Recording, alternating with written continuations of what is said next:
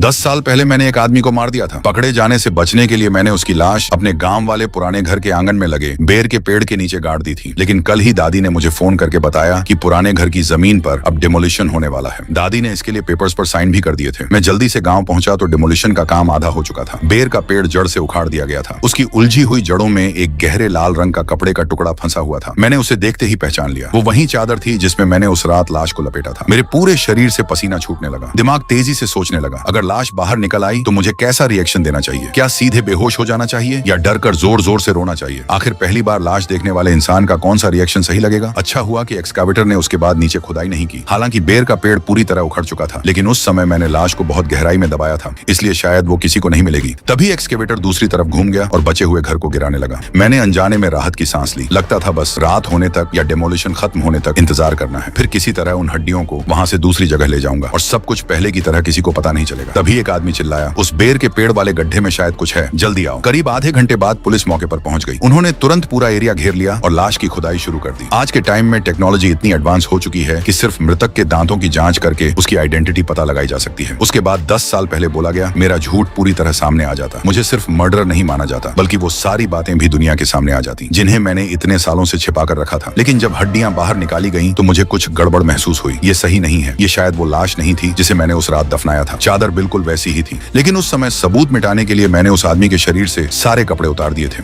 जबकि इस स्केलेटन पर कपड़े मौजूद थे। मुझे ऐसा लग रहा था कि मैंने इस आदमी को पहले कहीं देखा है। आखिर ये आदमी कौन था और इसे यहाँ किसने दफनाया था? फिर मैंने जिसे दफनाया था वो कहाँ गया? लाश बदलने वाला इंसान ये सब गलती से कर रहा था या फिर जानबूझकर ऐसा किया गया था? इन सवालों ने मेरा दम घोंट दिया। सुषमा जी, आप ठीक हैं? माफ कीजिए, ये सब देखकर मैं डर गई थी। समझ सकता हूँ, लेकिन हमें आपका स्टेटमेंट लेना होगा। सुषमा जी शायद कई सालों से गाँव वापस नहीं आई है। पड़ोसियों से पता चला कि जब आपकी दादी बहुत बीमार होकर हॉस्पिटल में भर्ती थी तब भी आपने सिर्फ पैसे भेजे थे। इस बार आपके पास आने का टाइम कैसे मिल गया? सच कहूँ तो कॉलेज में एडमिशन होने के बाद मैं कभी वापस नहीं आई। एक तो घर में अब सिर्फ मेरी दादी बची थी जिनसे मेरा ज्यादा लगाव नहीं था, और दूसरा उस रात की घटना ने मेरे मन पर बहुत गहरा असर छोड़ा था। मैंने इतनी सारी मेडिसिन खाई थी कि बाहर से नॉर्मल दिखना सीख गई थी। सुना है डिमोलिशन के बदले लाखों रुपए मिलने वाले हैं, और संयोग से मैं भी इन दिनों घर खरीदने के बारे में सोच रही थी। आपके परिवार का किसी से कोई दुश्मनी का मामला था नहीं, कोई दुश्मन नहीं था। दादी बहुत शांत स्वभाव की थी और आसपास के सभी पड़ोसियों से उनके अच्छे रिलेशंस थे। मैडम, यहाँ पहले भी खुदाई होने के निशान मिले हैं। क्या आपकी दादी हमेशा घर पर रहती थी? अगर कोई यहाँ लाश दफनाना चाहता तो क्या उसे ऐसा करने के लिए काफी टाइम मिल सकता था? दादी ज्यादातर घर या गली के बाहर बैठकर टाइम बिताती थी, लेकिन इस बारे में आपको उनसे ही पूछना होगा। सोनू भाई, लाश को लेकर कुछ मिला है, आप जल्दी आइए। दरवाजे के पीछे से मुझे हल्की आवाज सुनाई दे रही थी। मैंने पुलिस वाले को कई साल पहले किसी के गायब होने की बात करते हुए सुना। तभी मेरे दिमाग में फिर उसी आदमी का ख्याल आ गया। उस समय उसके गायब होने की खबर पूरे इलाके में फैल गई थी, लेकिन मुझे पूरा यकीन था कि जब मैंने उसकी लाश दफन की थी तब मैंने उसके सारे कपड़े उतार दिए थे। क्या किसी ने उसे ढूंढ लिया था? क्या उसे बेचारा समझकर किसी ने उसके शरीर पर कपड़े पहना दिए थे? लेकिन फिर जो हुआ उसने मेरे होश उड़ा दिए। आखिर कोई मेरे घर के बेर के पेड़ को यूं ही क्यों खोदेगा जब तक कि उस रात वहां कोई और भी मौजूद न रहा हो? जैसे ही मैंने सोचा कि उस रात जब मैं वो काम कर रही थी तब अंधेरे में शायद किसी की 2 आंखें मुझे लगातार देख रही थी। मेरा पूरा शरीर कांपने लगा। मेरी पीठ पर अचानक ठंडा पसीना निकल आया। आप ठीक हैं? आप ठीक हैं? हाँ, मैं ठीक हूँ। शायद मैंने ठीक से खाना नहीं खाया था। अगर यहाँ मेरा कोई और काम नहीं है तो मैं घर जाकर थोड़ा आराम करना चाहती हूँ। ठीक है, लेकिन इन कुछ दिनों में आप गाँव से बाहर मत जाना। आगे अगर जरूरत पड़ी तो हम आपको फिर बुलाएंगे। वैसे इन सालों में तुम्हारे गाँव में कोई गायब हुआ था क्या? नहीं होगा, मुझे भी ठीक से नहीं पता। आखिर मैं इतने सालों से यहाँ वापस नहीं आई हूँ। अच्छा, मुझे याद है, उस समय एक लड़का गायब हुआ था। उसको लेकर पूरे गांव में खूब हंगामा हुआ था। उसका नाम क्या था? ओह हाँ, वैन जेंग। तुम दोनों शायद क्लासमेट भी थे ना? वैन जेंग, यही तो वो आदमी था जिसे मैंने अपने हाथों से दफनाया था। उस वक्त मुझे बस अपने अंदर की घबराहट को दबाना था। वो भी कोई गायब नहीं हुआ था। आखिर वो अपने पिता के साथ गांव छोड़कर चला गया था। शायद तुम्हें नहीं पता, उसके परिवार पर उस समय बहुत ज्यादा कर्ज था। कर्जदारों से बचने के लिए वो लोग गांव छोड़कर भाग गए थे। जब वो गया था तब उसने मुझसे गुड बाय भी कहा था। वैसे वैन जेंग भी बड़ा बेपरवाह निकला। इतने सालों से घर से दूर है, एक बार भी मुझसे कांटेक्ट नहीं किया इन बातों को। मैंने पिछले कई सालों में न जाने कितनी बार घर पर बैठकर प्रैक्टिस किया था। मुझे लगता था कि मेरी कहानी में कोई कमी नहीं है। इस दौरान सोनू पुलिस वाला एक शब्द भी नहीं बोला। वो बस चुपचाप मुझे देखता रहा। कहीं उसे मेरे घर वाली बात तो पता नहीं चल गई? नहीं, ऐसा नहीं हो सकता। वो कैसे जान सकता है? वो वैन जेंग के बारे में नहीं था। मैंने मन ही मन राहत की सांस ली और अनजाने में अपनी कमर सीधी कर ली। हालांकि मुझे अभी तक पता नहीं था कि वैन जेंग की हड्डियां आखिर किसने वहां से निकाली थी, लेकिन कम से कम अभी जो केस चल रहा था उसका मुझसे कोई लेना देना नहीं था। लेकिन तभी एक नया सवाल मेरे दिमाग में आ गया। अगर ये मामला वैन जेंग से जुड़ा नहीं था तो फिर अचानक उसका नाम क्यों लिया गया? अब आपकी तबीयत ठीक है? हाँ, अगर आपको कुछ और पूछना है तो पूछ सकते हैं, कोई परेशानी नहीं है, आप जा सकती हैं। मैं दादी से मिलने हॉस्पिटल पहुंची। लाश मिलने की खबर सुनते ही दादी डर के मारे वहीं बेहोश हो गई थी।